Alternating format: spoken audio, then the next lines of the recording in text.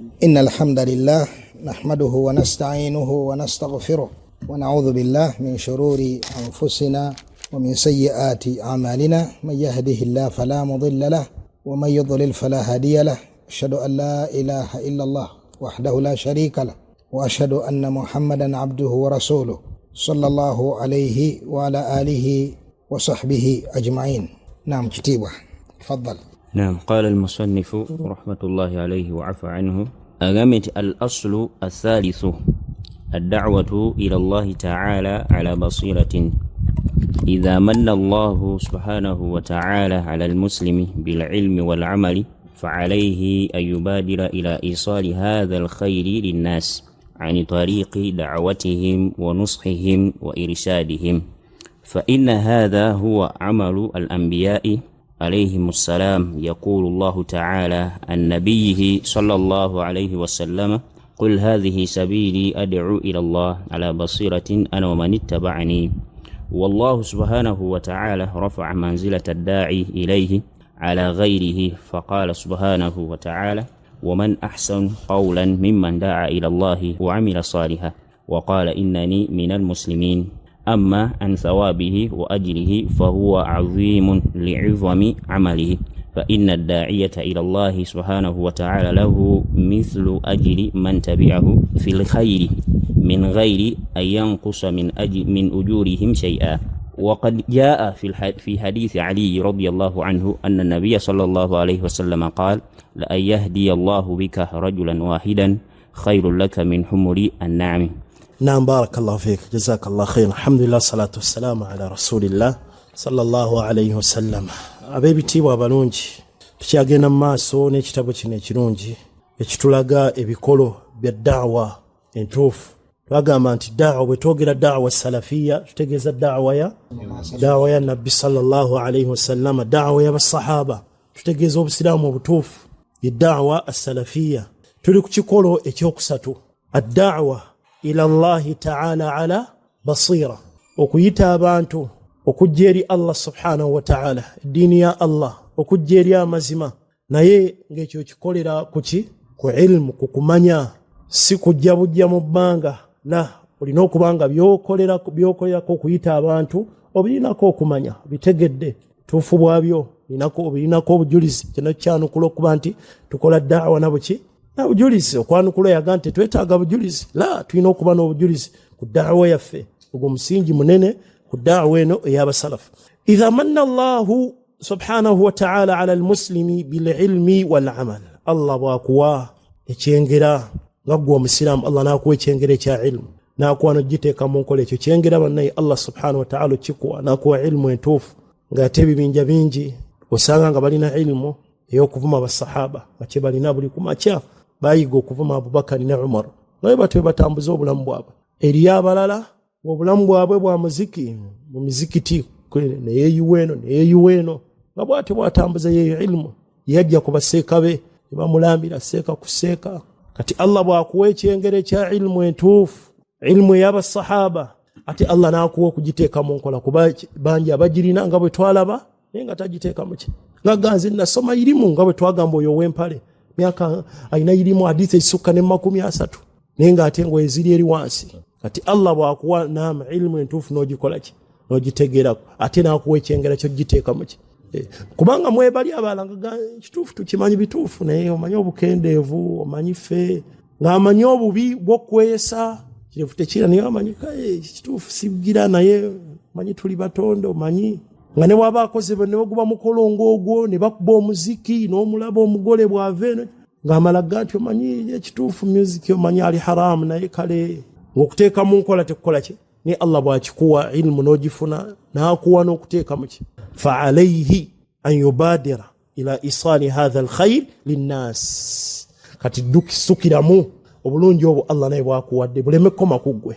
Kye yembera y'abakkiriza bwe batyo bafana. Bw'amala okufuna ku buwomerevu obwo obulungi obwo tagumiikiriza kuba nti atuule asitukiramu nnyo ne bakuba kyetaagisa kudduka alabe nga butuuka ne kuba ki ne kubalala. Afaayo nnyo okufaayo okwo. Ye aya eriera kuntum khayra ummatin ukhrijat linnas ta'muruna bil ma'rufi tanhauna anil munkar bambirwaki kufaayo nnyo okulaba nti n'obulungi obwo n'abalala bubakola ki batuuka kadduka asobola n'okudduka alabenga munne obulungi obumutuukako walillahi alhamdu kati naawe faayo Allah bw'akuwa n'otegeera amazima otegedde obulungi faayo okulaba ngo bituuse eri abalala mu kubayita mu kubabuulirira mu kubaluŋŋamya tiwono Allah kino kyagamba wahakadha kuteekamu oyinza n'okuba nga oteekamu olusente kutuusa da'wa eyo ki entuufu oteekamu amaanyi oteekamu gonnyini omubiri sajja aleeta emmotoka ye n'aga nti emmotoka ejja kutambuzanga badduwaati mashaallah batuuse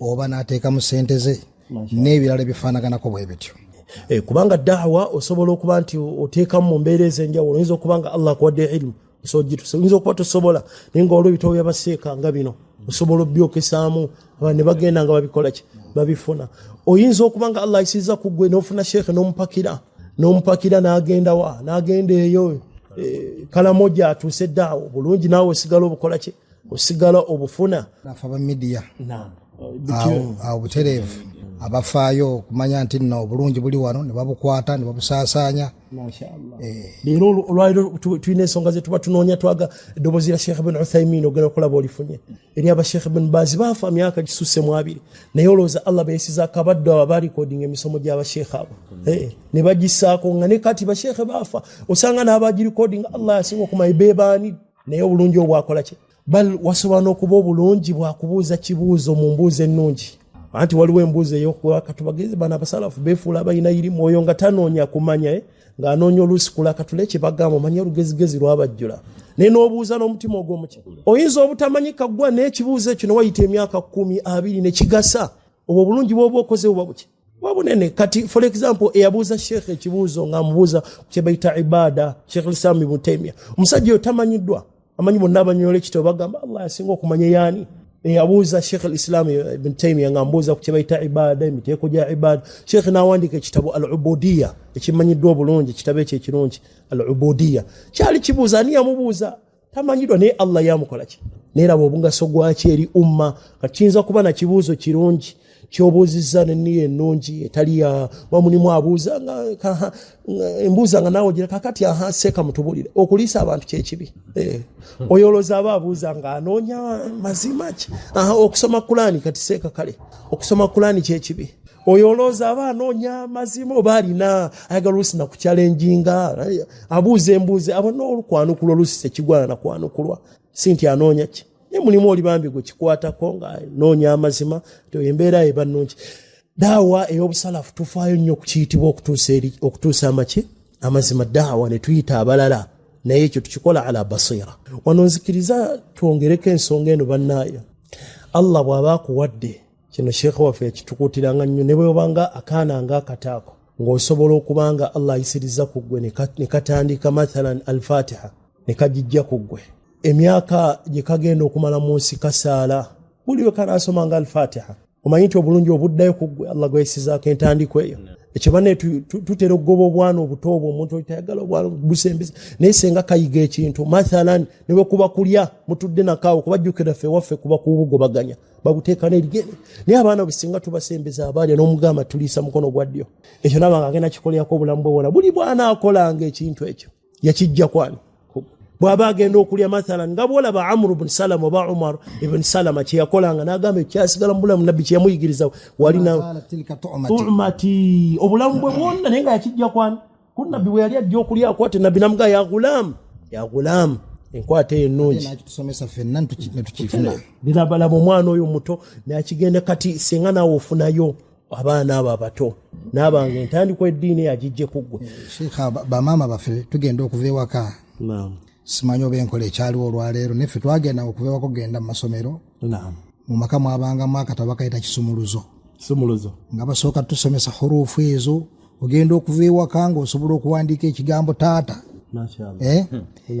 n'ogamba nti kati ekyo kirungi awalan obwo bulungi bwereere naye aga amakulu gennyini singa omuzadde aba agakoze kuyasarna omwana agenda ku ssomero ng'amanyi a ba ta okutuuka ku ya amanyi fataha kasira dhamma ng'abijjawo byagenda okuwandika byonna ng'abizimbira ku musingi ogwo obifunamu obulungi Allah bwe yagamba nti wallahu sari'ul hisab aba ategeeza omuddu nti obuntu obuliddako ekijidde obuno temutwalira budde buno kubeera nti ajja bubala abuleete ku miizaani ng'obulungi obwo bwonna obuzimbiddwa ku buntu obwo obutono gye bwakoma yonna myaka 3-5. Obulungi bannaye tulina otutunulyanga ensonga ng'ezo mu ntunula ki. Oyinza n'okuba tosobola ng'oli munaafu kale tugeze, naye nga Allah akuwadde mu byenfuna ng'osobola okufuna emitwalo 10 n'ogiwa omuwalimu awo ku kitundu asomese abaana abo abato. Ekiyinza okuba nga gwe tosobola, oli munaafu teweefaako, ogamba bize duniya, naye ng'osobola okukwata emitwalo 2 n'ofuna omuwalimu oyo n'ajja abaana yasaruna nga gw'omuliisa gw'omunywesa gw'okoze kino, abaana ne bakuguka muki mu mbeera efaanako bwetyo. Kuba tuyinza okkifunza n'oga kale nze saafuna mu kisanzi yasaruna sisobola gibasomesa. Allah akuwadde funa gw'oteekamu ssente awo asomese abaana yasaruna al-Fatiha, asomese ebitandikirwako edduwa gy'asoma ng'agenda okukola kino, essala, abaana basomese essala nga gw'otaddemu ssente. Kati Sheikh akulaga daawa ennungi nti bw'omala gwe okufuna obulungi obwo ofaayo butuuke ku baki. Fa inna hadha huwa amalu al-anbiya, gwegwo omulimu gw'abannabbi. Allah abannabbi b'owulya be yasitula kubanga bye bitonde ebikola ki ebisinga, era ba awliyaullah abasinga be baani al-anbiya wal mursalin, be ba awliyaullah mikwano gya Allah gisooka waggulu, okwawukanako n'abasuufi ng'abo. Sheikh al-Islam Ibn Taymiyyah rahimahullah yabyanukula bulungi mu kitabo kye al-Furqan bayna awliya'i ar-Rahman wa awliya ash-shaytan, yabyanukula bulungi rahmatullahi alayhi, n'alaga mikwano gya Allah egikola ki anti mulimu abalowooza nti bano muba awliya basobola okusinga bannabbi neifaanako bityo. Ne Uganda seeka waliwo gwe twafuna yakawaŋŋamula naddala mu bana abaali mu gundi y'enjiri emabega eyo, bagenda ku kitundu ne bantu nga 2 ne basiramuka, n'asanyuka n'abuukira waggulu n'agaa nti kakati ffe eddaali tutuseeko ddene, tulinawo ne bannabbi, waliwo nabbi ajja okujja nga alinayo omuntu omu, n'agaa kati nze olinayo kyoŋŋamba asinga ne bannabbi abajja yafunye mbu abantu 2, endowooza nkyamu ntegeera nfu. Nabbi ne bwajja nga talinayo n'ogu, eddaala lyokka lyabaliko ery'obwannabbi ddaala ki leno. Olaba Abubakari ne Umaru banene, naye bajja luvannyuma lw'abaani lw'abannabbi. Akati omulimu ogwo Allah okubasitula okubateeka ku mbeera eyo lwa mulimu guno omunene, gwe mulimu guno ogwa ddaawa y'abasalafu, nti bwe bamala okusoma ne bateeka mu nkola bayita abaki abalala ng'omulimu gw'abannabbi. Kitegeeza kyanukudde oyo yenna agamba nti ofaaki n'abantu, mufaaki muleke abantu mulooza haka, kimwanukudde nti kino kyekikola ky'abannabbi. Yaqulu Allahu ta'ala an nabiyihi sallallahu alayhi wasallama, Allah akulaga nabbi sallallahu alayhi wasallama mu suratu Yusuf, qul hadhihi sabili, yerino ki liririmu okubeera ettuufu. Wa amma ate bwe gajja ag'obuze go mangi, era mu Qur'ani Allah bwe yali agoogerako yagatulaga nti maki mangi. Yagamba ate Allah subhanahu wa ta'ala mu suratu al-An'am subula, yagayitaani asubula. Ne mu suratu al-Baqara bwe yali ayogera ku kitangaala, Allahu waliyyu alladhina amanu yukhrijuhum min adh-dhulumati, ebizikiza bingi agakubokubo gali eyo, gano gaba mauledi, gano gaba buruda, gano gaba hijab nation, gano gaba polygamy dialogue, gano ga bingi ebikubokubo, naye kuba ettuufu lyo liriki limu. Yukhrijuhum min adh-dhulumati ila an-nur walladhina kafaru awliya'uhum at-taghut yukhrijunahum min an-nuri, kitangaala ekyo ekimu ekirungi, ila adh-dhulumati, ne bateeka mu bizikiza ebyo ebingi. Kati sabili liririmu ekkubo, era bannaye amazima ge yaliko nabbi sallallahu alaihi wasallam agegoge matuufu. Tetuwuddisibwa ng'abaga muloza mwe abali ku mazima mwekka, temwetukuza nga be twagamba ayinza okulooza nti nammwe bali basekeera, walijjayo abalaga nabbi yakwesa. Amazima ge tuliko geego nabbi teyakwesa. Tetusuubirayo mulala ajja tuleeterayo oluvannyuma lw'emyaka bwe giti nti ate nabbi yali ku kino. Ne bwajja bannabbi abajja muwakanya, si basalafu bajja okumuwakanya. Naam. Oli n'amalaalo tekirooto oba onaamuleetera ekifaananyi n'amuga nti ono nabbi ng'akwesa, akulya bannabbi da mu ggwanga, n'amala aleeta ekifaananyi kati ono ye nabbi wammwe nga taliiko kirevu, nga n'engoye zikoya ku ttaka. Bannabbi da yonna ku bitebe gye basiize bagati oyo si nabbi waffe, oyo si ye mutume, oyo si ye mutume. Nabo tebayinza kikkiriza, ne baleeta obusajja kyemwali awo. Ne bw'okuba ente 3 n'ogenda mu gundi wali mu ekereziya, ono ye nabbi w'abasiraamu baga abadan, bw'abanga owaffe Isa, ge balowooza nti waki waabwe twalemererwa omukuba nga taliiko kirevu twalemererwa omukuba nga akwesa engoyi tasobola kubanga ate owaabasiraamu ng'ate ye bwate waafaanana. Allah asasira ne shaitaani erina ettima kati oba ematiza etya abantu abo bakulemberwa abasajja abo ne babayita banene ng'amulaba yenna aganjagala nnyo nabbi naye ng'ate ettama lyonna kuba bamanyi oddigirya ddala bamu okutuuka okuviira ddala ku nkola ya nabbi ateekayo n'olulimi baligirire ddala isobole okukala. Allahu almustaan. Ala basiratin. Wano wetwagala daawa ya nabbi etambulira ku basira bujulizi ilmu ye daawa ya nabbi. Kati daawa y'abasalafu nabo bwetyo bwekola ki bwetambula nabbi bwatyo bwakola ana wamani tabaani bebaani abagoberera nabbi nze nammwe. Daawa yaffe naffe bwerina okuba ng'eya nabbi etambulira ku bw'amala ogisoma agikoleddeko n'ayita abalala nga bayitira ku ilmu. Ekyo banenno kikulu kuba bw'okola daawa ng'ogikolera ku butamanya okwonoona kuba kugenda kuba kunene. Mala kukakasa nti kyoyitirako abantu nti bannaye kino obayitira kuki ku ilmu kuba okwonoona kugenda kuba kunene. Singa oyagala okukola daawa ebigenda okutuukako byebyajja gy'oli mumujjukira Seeka Media gwe batta bajja bamubuuza akola daawa nti gwe tolina tawuba olaba okwonoonako yamaliriza naye bamusse yedaawa oluusi ey'abakhawariji okoola bayita abantu kino babatuttemu babatwalira ku butamanya. Singa badde ku daawa entuufu ogenda omaliriza nga ebivudde mu daawa yaabwe enfu emisaayi gy'abantu giyiribbwa abantu battiddwa abantu basibiddwa abantu batulugunyizibwa naye nga bivudde ku ki daawa ey'obutamanya. Daawa y'abano ba Muslim Brotherhood ebidiira mu mawanga n'owulira embeera eziri mu mawanga ngaago Misiri mawanga ag'enjawulo gonna biki ebidiira ku bantu abo biva ku daawa ey'abo ba Muslim Brotherhood tezimbiddwa ku ki ku ilmu. Kati daawa entuufu bwezimbirwa ku ilmu ebibala bigenda kuba birungi. Thawriya mashaallah ana waman ittabani. Daawa ya nabbi bwatu bwakola na bonna abagoberera ye sallallahu alayhi wasallam. Nze nammwe abaagala daawa ya nabbi bwetyo bwe tulina naffe okuba.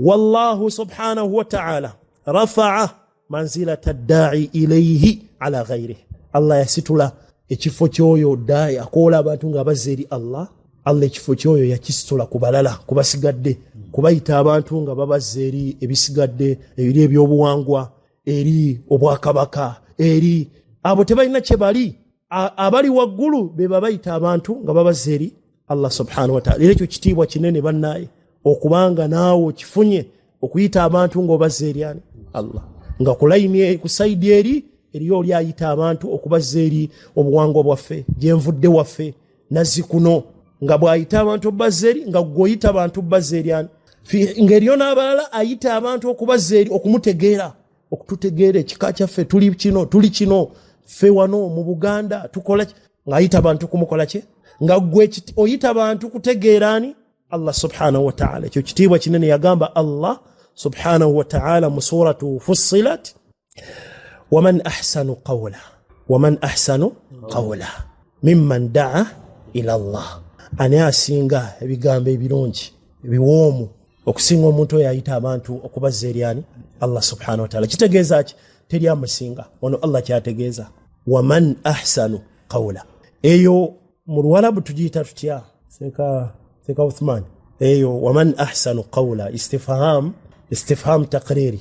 Allah abuuza naye akikakasaawo nti bano teri abakola ki teri abasinga bigambo birungi nga naam tufahamu gira makulu ago la ebemenya tewali taliyo naam nga Allah wayinza okubuuza ne ayati endala ezifaana ku bisomezi mu Quran waman ahsanu qawla mimman daa ila Allah wa amila salihan wa qala innani min almuslimin.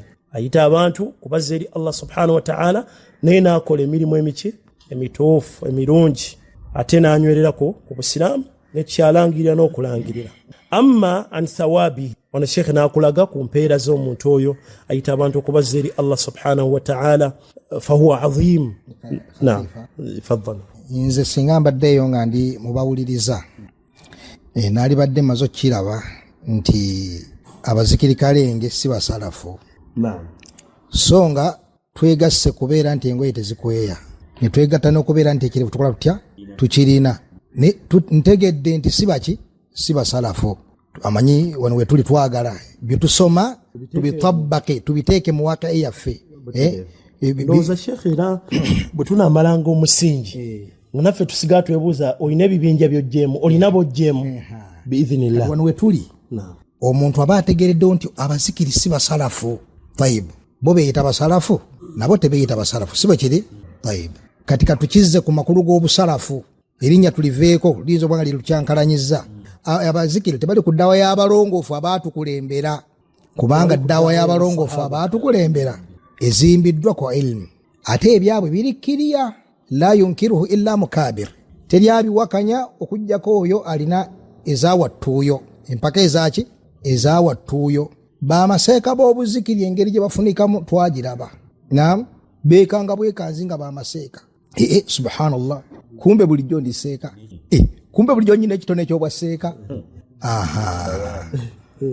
twagamba omujje nateete n'omukoolyawe nateete n'omutwala ekabuuso kati bwatuuka ekabuuso ate yagenda okoola baawa baaba ekabuuso balowooza nti abakoola badde seeka kumbe bamukoodde luddawa wali nateete nebeera bwetu nga silsilatu aljahala nga kajegere kaaba batategera ddiini ya Allah subhanahu wa ta'ala kati abo ne bwe bakola da'awa emyaka n'ebisiibo da'awa yabwe si ntuufu lwaki teriimu ala basira tezimbiddwa ku kumanya da'awa y'obusiraamu ezimbirwa kumanya naye ku kikola ekisooka al ilmu ogenda ogambe ffe twafulumye fi sabilillah twafulumye anti omanye eyo aya Sheikh gy'osomyawo naye basingana bagitembeya waman ahsanu qawlan mimman daa ila Allah wa amila saliha naam okooloza eri Allah okoola omukoolera kuki omuntu amala kubeera n'ekintu ng'akirina nalyoka akikoolerako ki enjogera nfunde egati faqidu shay'in la yu'tihi